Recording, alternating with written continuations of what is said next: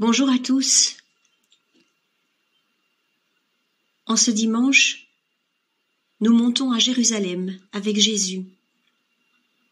Alors, accompagnons-le, pas à pas, pour découvrir l'image de Dieu qu'il veut nous transmettre. Une image bien éloignée d'un Dieu demandant des sacrifices et sélectionnant ceux qui sont justes et purs. Non, Jésus nous parle d'un Dieu intime au cœur de chacun, attentif à tous, assoiffé de rencontres avec tout homme. Un Dieu qui livre sa vie pour nous offrir le bonheur éternel.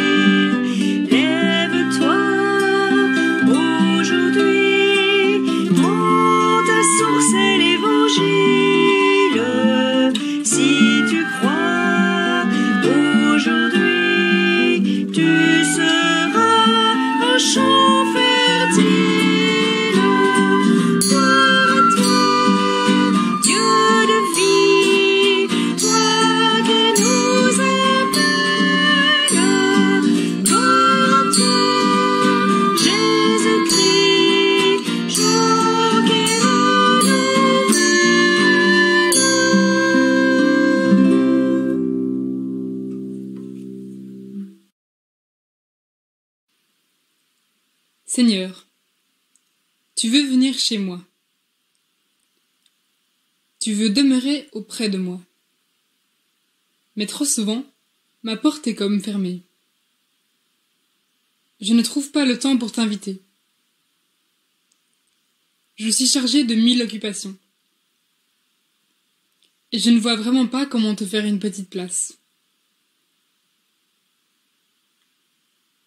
Seigneur, aide-moi à faire le tri en moi, pour te libérer une grande place, et pouvoir ainsi revenir à l'essentiel.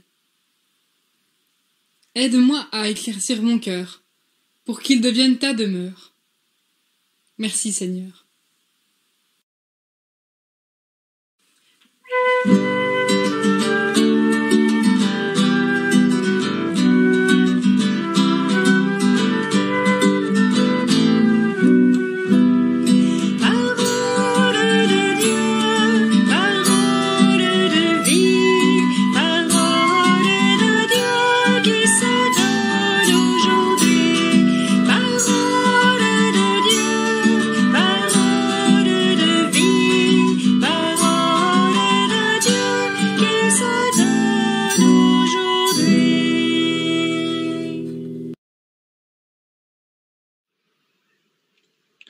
Évangile de Jésus-Christ selon saint Jean. Comme la Pâque juive était proche, Jésus monta à Jérusalem. Dans le temple, il trouva installés les marchands de bœufs, de brebis et de colombes, et les changeurs. Il fit un fouet avec des cordes, et les chassa tous du temple, ainsi que les brebis et les bœufs. Il jeta par terre la monnaie des changeurs, renversa leur comptoir, et dit aux marchands de colombes, « Enlevez cela d'ici, cessez de faire de la maison de mon père une maison de commerce. » Ses disciples se rappelèrent qu'il est écrit, « L'amour de ta maison fera mon tourment. » Des Juifs l'interpellèrent. « Quel signe peux-tu nous donner pour agir ainsi ?» Jésus leur répondit, « Détruisez ce sanctuaire, et en 3 jours, je le relèverai. » Les Juifs lui répliquèrent, « Il a fallu 46 ans pour bâtir ce sanctuaire. Et toi, en 3 jours, tu le relèverais ?» Mais lui parlait du sanctuaire de son cœur. Aussi, quand il se réveilla d'entre les morts, ses disciples se rappelèrent qu'il avait dit cela. Ils crurent à l'Écriture et à la parole que Jésus avait dite. Pendant qu'il était à Jérusalem pour la fête de la Pâque, beaucoup crurent en son nom, à la vue des signes qu'il accomplissait. Jésus, lui, ne se fiait pas à eux, parce qu'il les connaissait tous et n'avait besoin d'aucun témoignage sur l'homme. Lui-même, en effet, connaissait ce qu'il y a dans l'homme.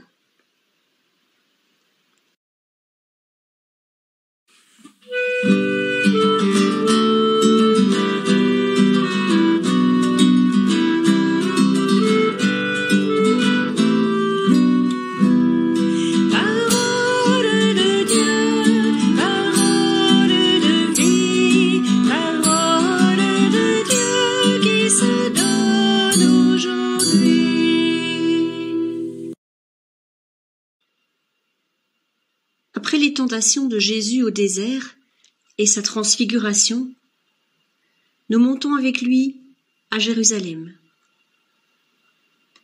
Jésus, tout rempli de l'amour de son Père, ne souhaite qu'une chose, c'est que tous les hommes puissent découvrir combien Dieu les aime, chacun, intimement.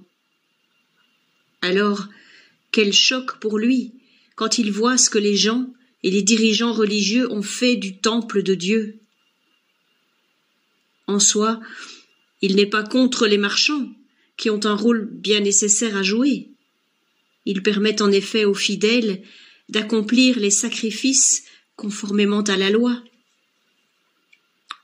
Mais alors, quel reproche Jésus fait-il aux usagers du temple ? Le premier reproche, c'est de faire de cette maison de prière une maison de trafic. Et le deuxième, c'est de faire de la maison de son Père, qui est présent pour tous, une maison seulement pour quelques-uns. Un des piliers de la religion juive de l'époque, c'était la distinction entre le pur et l'impur. Jésus, au contraire, vient proclamer que pour Dieu, il n'y a pas d'exclus. Il vient annoncer un Dieu dont l'amour est offert à tous, sans distinction et sans restriction. Alors, dans notre Église aujourd'hui, posons-nous la question, où en sommes-nous quant à l'accueil de tous, sans restriction ?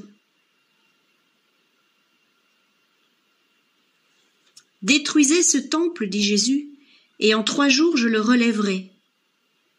Le temple dont il parlait, c'était son corps, sa personne. C'est comme s'il disait, « Vous pouvez détruire le temple, plus besoin puisque je suis là. »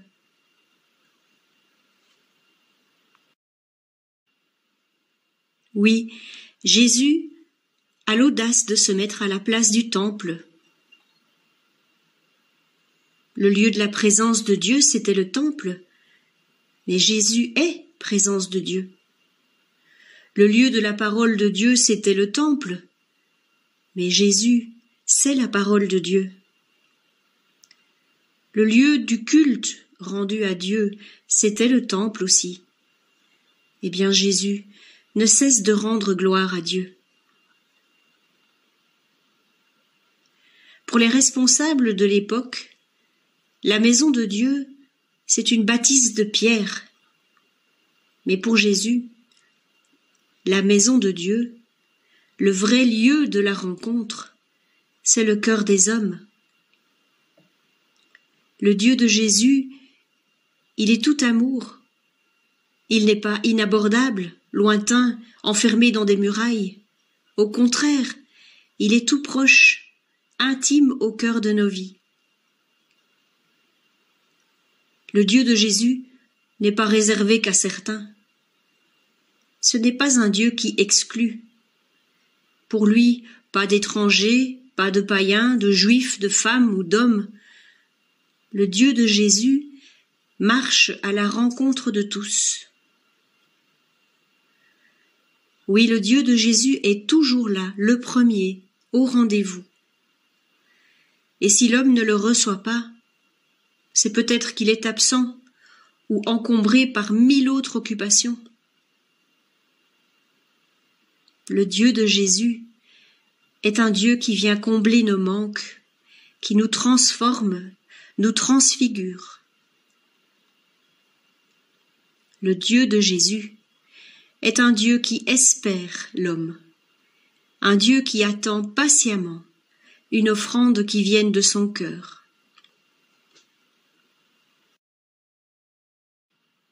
Cet évangile nous est aussi adressé à nous aujourd'hui. Jésus nous redit : ne faites pas de la prière un trafic. Prier, ce n'est pas marchander avec Dieu. On ne prie pas pour que Dieu sache, mais parce qu'il sait ce dont nous avons besoin. On ne prie pas Dieu pour qu'il agisse, mais parce qu'on sait qu'il agit pour le meilleur. On ne prie pas pour être aimé de lui, mais parce qu'on est aimé de lui. On ne prie pas pour qu'il soit avec nous dans les bons ou les mauvais jours, mais parce qu'il est vraiment avec nous. Ce n'est pas l'homme qui agit sur Dieu, c'est Dieu qui voudrait bien agir sur le cœur de l'homme. Alors pour trouver Dieu, descendons au plus profond de notre cœur et écoutons sa voix qui nous appelle, comme la voix d'un ami qui veut nous conduire vers le vrai bonheur.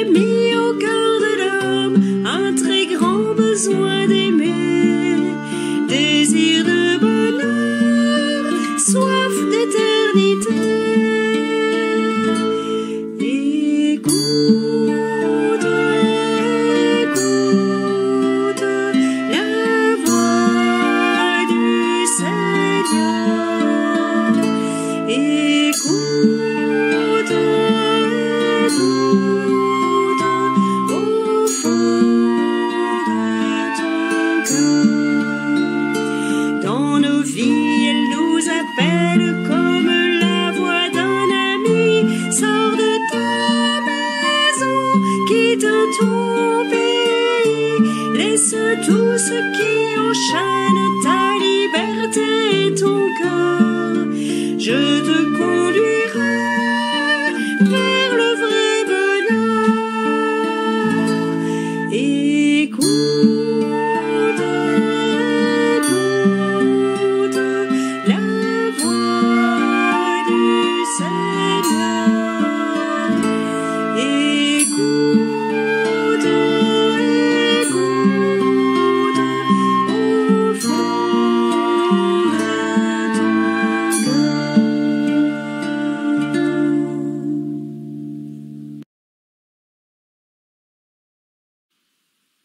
Seigneur, me voici, avec mes pauvretés et mes limites, mes hauts et mes bas.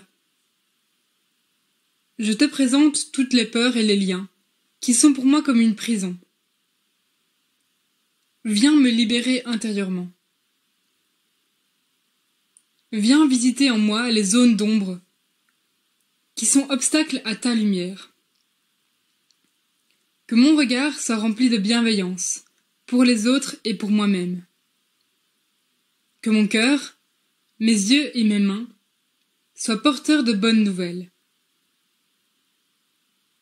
Donne-moi de vivre avec joie chaque instant que tu me donnes, comme un commencement d'éternité dans ton bel aujourd'hui.